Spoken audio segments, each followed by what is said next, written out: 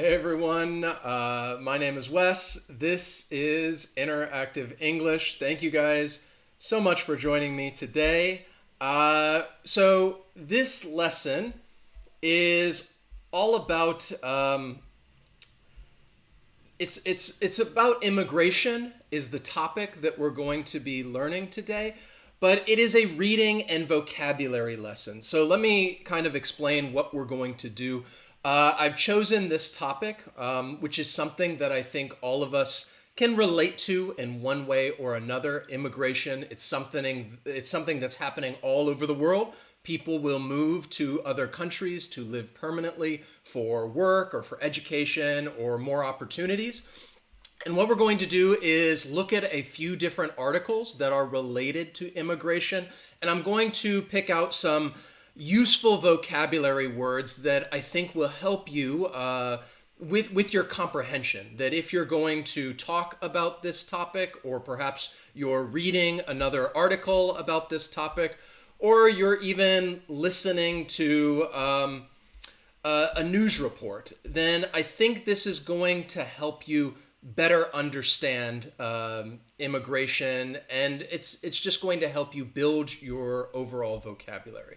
Okay, so let's begin with the other thing I wanted to tell you about is that you may notice that on this video there's like a donate button, or this video is a fundraiser, because what we've decided to do, my wife and I and our little girl Emmy, we've decided that this month, because we're getting to the end of 2020, it hasn't been a very good year. I think that most of us would agree that this year has not been the best because of the pandemic.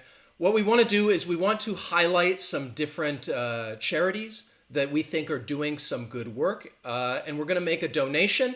And we've just decided to make the video like a fundraising event if other people would like to make a donation. If you don't want to, that's perfectly fine. But we're going to look at, let me show you, and we're going to kind of lead into it. I'm going to come back to this at the end of the lesson. So we're going to highlight Freedom University, and we're going to kind of lead into this throughout the lesson.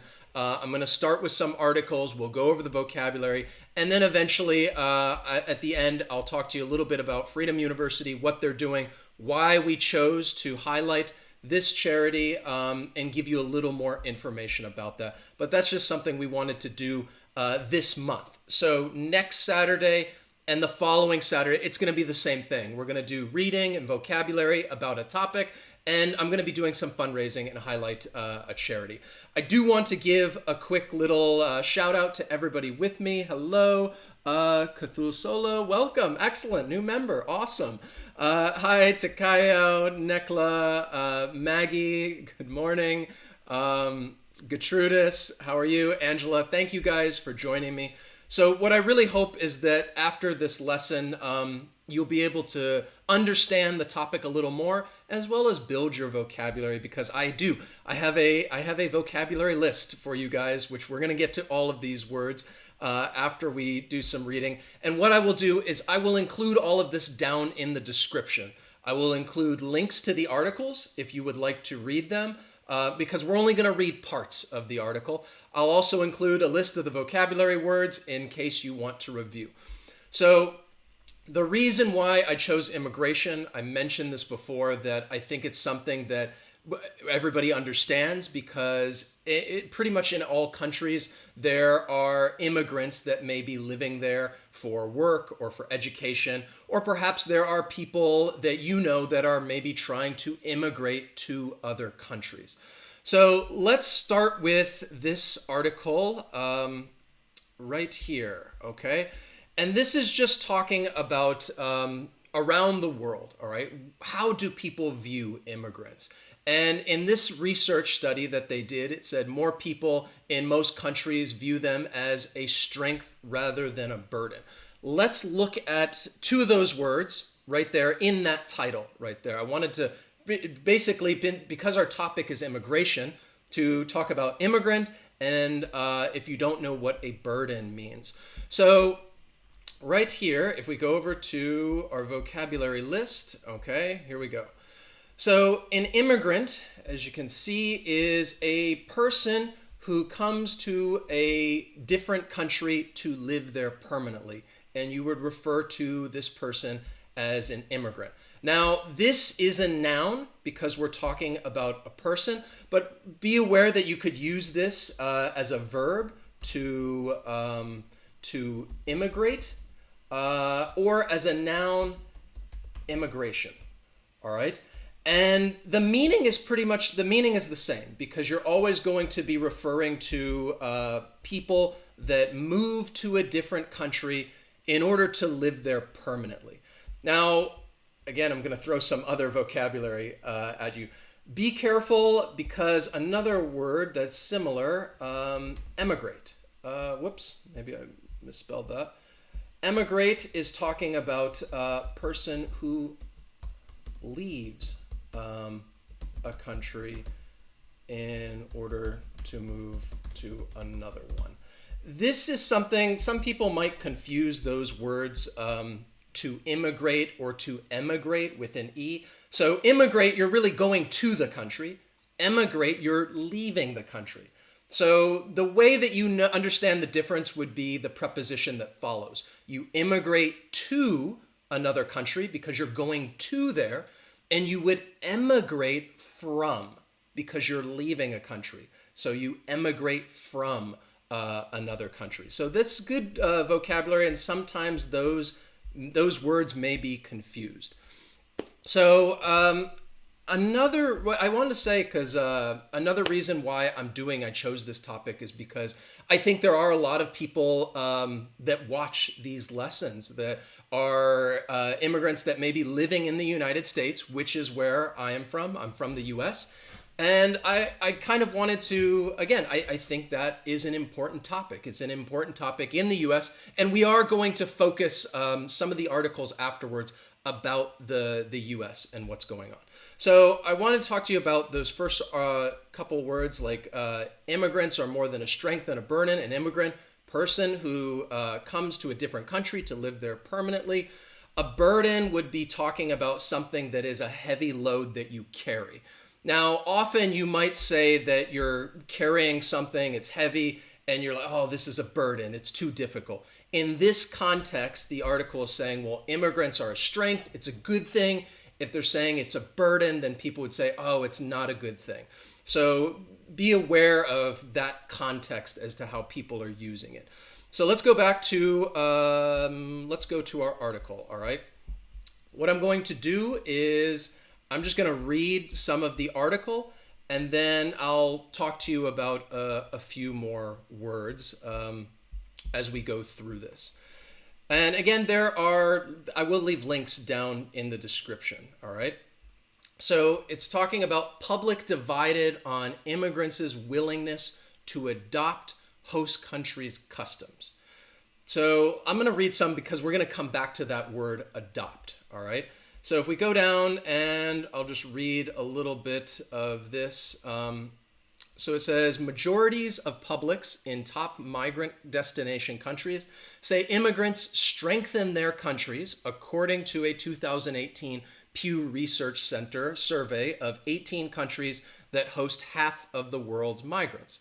In 10 of the countries surveyed, majorities view immigrants as a strength rather than a burden. Among them are some of the largest migrant-receiving countries in the world: the United States, Germany, the United Kingdom, France, Canada, and Australia, each hosting more than 7 million immigrants in 2017. By contrast, in 5 countries surveyed, Hungary, Greece, South Africa, Russia, and Israel, see immigrants as a burden to their countries, with the exception of Russia. Those countries each have fewer than 5 million immigrants. Meanwhile, just read the rest of that. Meanwhile, public opinion on the impact of immigrants is divided in the Netherlands. In Italy and Poland, more say immigrants are a burden, while substantial shares in these countries do not lean one way or the other, 31% or 20% respectively. Okay, so let's go back and talk about this first part, because this is part of, I think, immigration, when people come to live in another country, and then that first that subtitle where it says publics divided on immigrants' willingness to adopt host countries' customs. So let's look at that word adopt, because I think it's very important. Adopt and adapt when you're talking about immigration. So if I go back over here to our vocabulary list, if you want to know what the difference is, so we talked about the difference between to immigrate is to go to another country, to emigrate is to leave a country. Adopt is when you start to accept, or you start to use something new. So it basically becomes a part of your customs. To adapt is to change in order to survive or become more comfortable in a situation. So if you think about, let's think about immigration. If you go to another country and you're going to live there, I think first off, most people would adapt. They're trying to become comfortable in this new country. Perhaps it's a new language, a new job, new traditions, new food, and you want to adapt. Over time, people may likely adopt to some of these customs and norms and traditions, and then it becomes part of their lives. So let me give you an example. We just had in the United States, you just had the Thanksgiving holiday. So for example, somebody may move to the United States from any country in South America, Central America, Africa, Asia, it doesn't matter. But perhaps somebody moves from a country that does not celebrate Thanksgiving. And then they start living in the US, and over time, they may start celebrating this holiday. It's not a religious holiday, it's really part of US history. So that is one example as to how people may adopt and they start celebrating a holiday such as Thanksgiving. So this can be, again, when you think of immigration, again, this is something that people might talk about, whether or not people are adopting to a country and the culture and the traditions, or maybe they're not adopting. So the one thing I definitely want you guys to distinguish is the difference between adapt and adopt. I think first people will adapt, and then over time they will adopt certain traditions. The next word, it's talking about a migrant, because again, these are words that are very similar when you think of immigrant or migrant. A migrant, it refers to a person who travels to a different country or place temporarily, usually to find work. So one thing you may notice in some of these articles, or if you're listening to a news report, people may use immigrant and then they may use the word migrant, and you might be wondering, well, why are they using these different words? The one difference I want you to understand is when you think of an immigrant, think of that is somebody who is more permanent, that you are planning to stay in that country. A migrant is possibly, it's just going to be temporary. You're going to live in another country and then you're going to leave. For example, I've lived in some different countries teaching English. I've never really stayed. I was in Korea for 3 years, the Dominican Republic for 1 year, Namibia for 1 year. And I guess you could say that I was more of a migrant. I was there working temporarily and then I left. The reason why I think people will use them together sometimes is because typically somebody may come to another country as a migrant and then they end up staying. Perhaps they fall in love, they get married, perhaps they continue working at this job and they stay in the country and then they become an immigrant because it's going to be more permanent. So again, I know I'm giving you words and trying to really give you a little bit of a nuance so you understand the difference. So an immigrant, think of a person who is more going to stay and live permanently. A migrant is somebody that may be there just temporarily, but if they stay, then you could say they are really becoming an immigrant. Substantial. In the article we saw, let's go back, how was it used? So they're talking about substantial, because I wanted to go over that word for you. So it says, while a substantial in these countries do not lean one way or the other. Substantial is just talking about a large, or no, it's just talking about a value, size, or an amount of something. Often you're going to follow this word with the word amount, a substantial amount of something. So if you're talking about substantial, it just refers to a large in size, value, or importance. Another thing that I thought was interesting about this article, many of you may not know, I am from the United States, but right now I live in Hungary. And I found this interesting because in Hungary, according to this research, most people view immigrants as a burden, that it's not really perhaps a very strong immigrant-friendly country. But this is actually where I am right now. I'm living in Hungary. I would not say that I'm going to stay. So again, I'd be more of a migrant. I'm here, I'm living, I'm working, and then I may move somewhere else. All right, so that is the first article, kind of just talking about immigration in general. Now what I want to do is look at the next one, okay, and talk about, which talks about more immigration in the United States. So again, this is definitely more of an advanced article, I would say. So let's go back to the site right here. Okay, and this is the next article that I wanted to look at. So let's see, hold on one second. Okay. So this article is talking about a new paradigm for humane and effective immigration enforcement. This is from the Center for American Progress. I will go ahead and tell you, this is a more liberal, a liberal organization. So again, this article is more about the immigration policy in the United States. The organization does not agree with it. They don't like it. And that is the reason for this article. But there are some useful words, I think, that are related to immigration. So a new paradigm for humane and effective immigration enforcement. You kind of get the idea. Let's look at some of the vocabulary that I think is useful. So if you're wondering, well, what is a paradigm?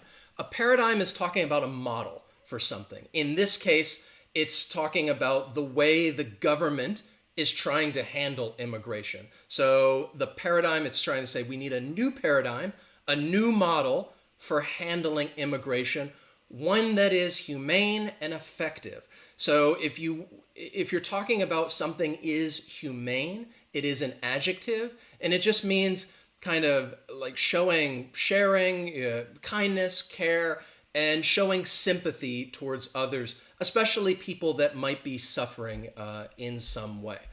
So this, again, it's saying that it does not agree with the U.S. policy on immigration. You need a new paradigm, one that is more humane.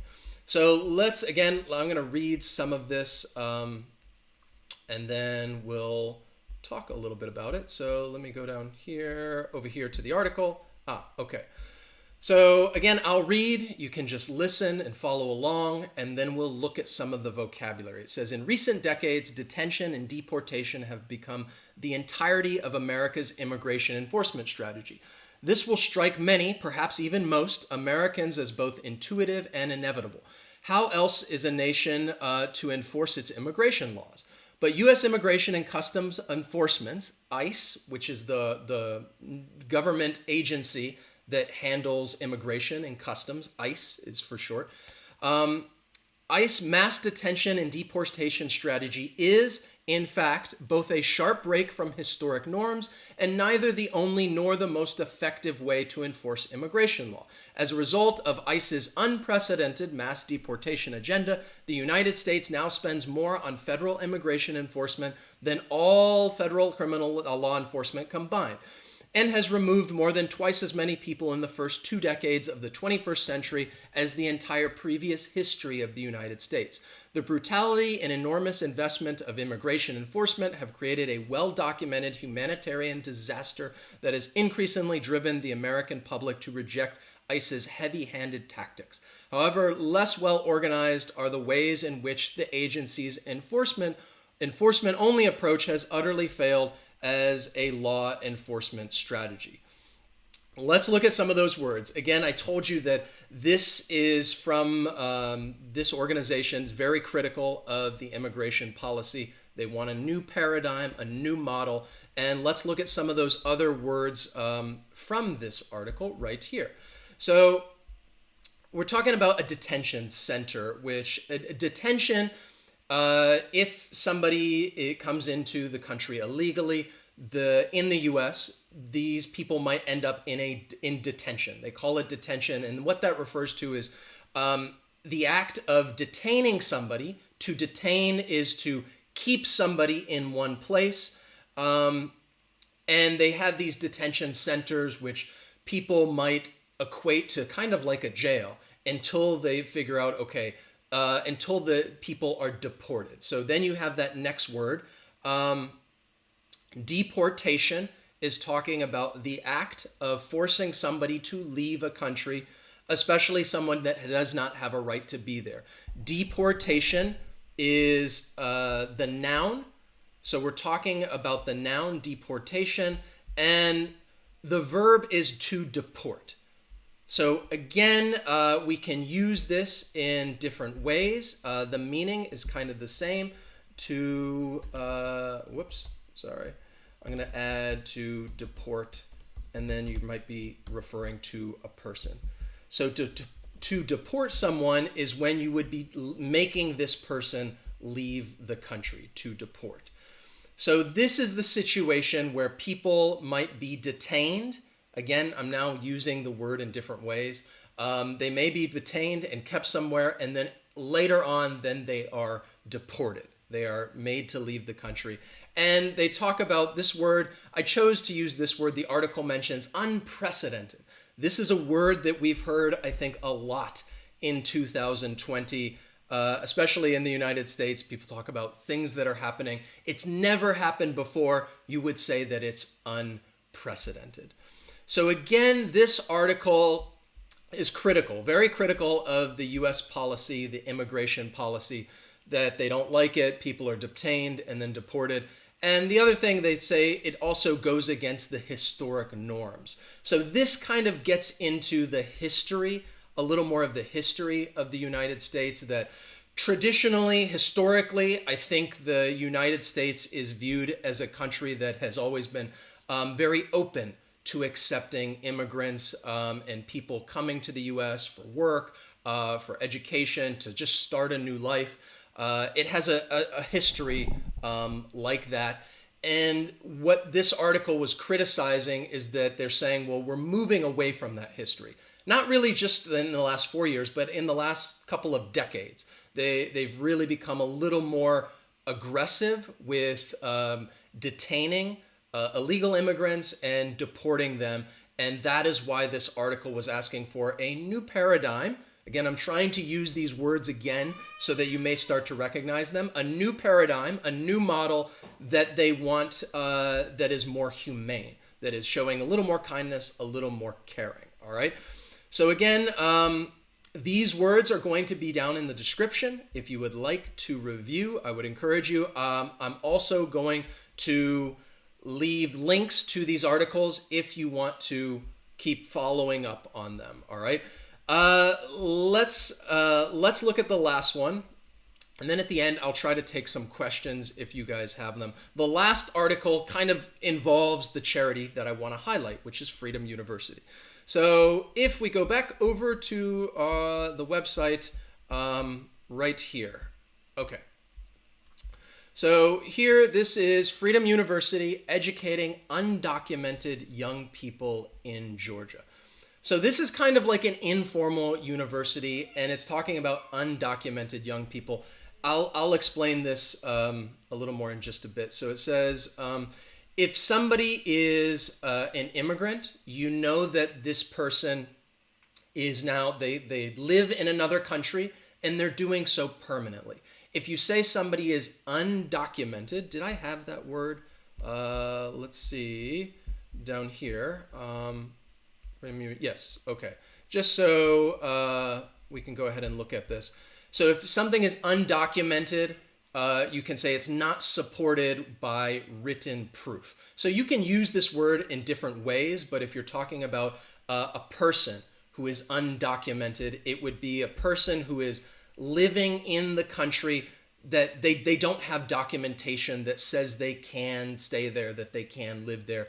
And you may hear people talk about an undocumented immigrant. So that's like a collocation. You may hear those words used together. People might refer to an undocumented immigrant, a person who is living in another country, but they don't have papers. They may not have a visa to support that. So this article, let's go back to it, and then I'm going to read a little portion of it, and then we'll look at some other words.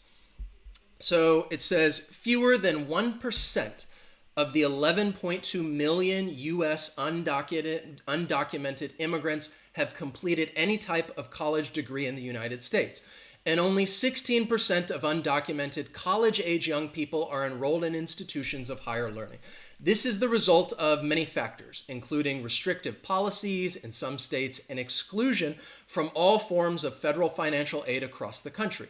Dr. Laura Amico Soltis is working to change this. She leads Freedom University in Atlanta, a modern-day freedom school for undocumented young people that offers free college-level classes, college application assistance, and liberatory spaces for learning.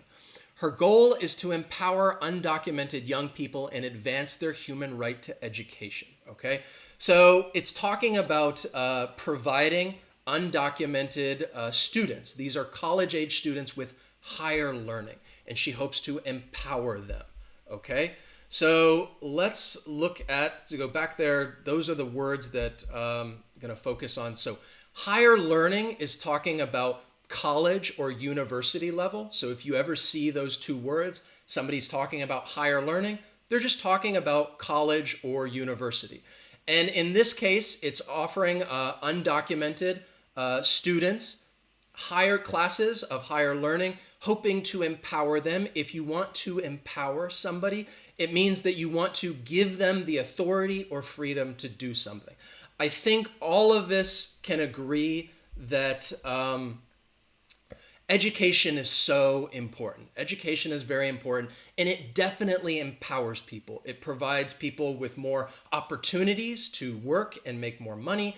It provides people with opportunities to communicate with others. Like right now, like this Interactive English, the whole channel is about trying to help you practice and improve your English skills, which hopefully will empower you later on if you want to get a job, or perhaps if you're traveling and you can communicate with people.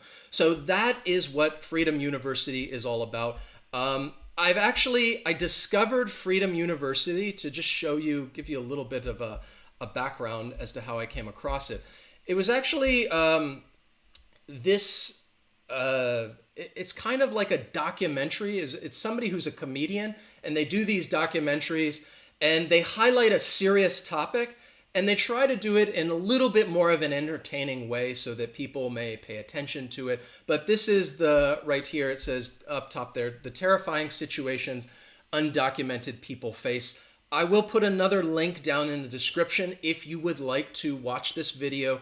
It's great for your listening practice, and it will help you understand a little bit more about what Freedom University is all about. But I told you that, again, this lesson right here is a fundraiser. My wife and I and Emmy, we're going to make a $50 donation to Freedom University, which is right here. You can see the site. And again, I'll leave a link in the description. And it's really talking about empowering these young people that are undocumented to give them a better chance. Because in the United States, this is like a side topic. There's a thing called, DACA, which refers to basically that some maybe immigrants came to the United States, they were undocumented, they had children there. So the children also, maybe they didn't have documentation because their parents came there illegally. And because of that, they grew up in the United States, and some of them, they still don't have documentations. But the United States is their home, they are American, and they don't have the documentation. It's not a good situation. Again, it's become very political, and I don't think there's any clear resolution at this point. Obviously, in my personal opinion, these people should definitely stay. They should have their documentation. But some of the students, I think, at this university, that's kind of what they would fall into. They've lived in the US their whole life, but they're not able to receive the same opportunities as some other people because they are undocumented. So that's what Freedom University is. If you want to make a donation, they do the donations through this other organization called the Praxis Project. So that is actually the donation goes to the Praxis Project, who supports Freedom University. And just so you know, the Praxis Project, they are a movement. They do a lot of different initiatives helping out with equality, racial equality, education, like Freedom University. And that is the organization that accepts the donations on behalf of Freedom University and supports Freedom University. I don't know if Freedom University could not register as a charitable organization on their own. Again, watch the video. It will give you a lot more information about it. But this is the organization that I wanted to highlight, that I think is doing a great job, that's doing a very important work. And yeah, if you guys want to get involved, support people's education, you can make a donation. Click on that donate button. And even if you can't right now, I completely understand that. Check out the website. I think it's always good to read this information, practice your reading skills, go onto the Praxis Project website as well. Because if anything, you're reading about something that's good and something that's positive. I think there's so much, if you're reading like newspaper articles, so much of it is just negative. It's good to actually read something that is inspiring, that makes you feel good. So even if you can't make a donation, that's okay. I'd still encourage you, go on those websites, read a little bit more about it, practice your language skills. And I think it just makes people feel better. At least that's my opinion. So I hope that you guys learn some new words. Again, I will put these words down below in the description. These are all the words that we talked about from the article that I think will help you understand a little bit more about the topic of immigration, which is an important topic, which I think all of us can relate to, because I think countries from all over the world, the world is becoming a lot more connected. Like I told you, I've lived in several different countries. And in my opinion, I think that's a good thing. I think it's great that we're all being connected, that we can communicate with each other. It's something that's positive. I hope this was useful. Again, I apologize. I know that the streaming, I don't know if it cut in and out a little bit because of my shoddy internet. But I hope you learned some new words. And thank you guys again for joining me. Sorry it wasn't as much of a back and forth with you guys who are in the chat because of the type of lesson it is. There's so many different windows that I'm having to jump back and forth between the articles, the vocabulary. I'm trying to look in the chat to see what's going on. But thank you guys so much. Mohammed, Zanat, Adir, Brayan, know about, just give some quick shout outs at the end. Saad, Angela, Kanul, thank you guys. Thank you for joining the new member, Kathushelo. Sorry if I mispronounce names. Always good to see members and patrons, Takayo, Katrudis, Maggie.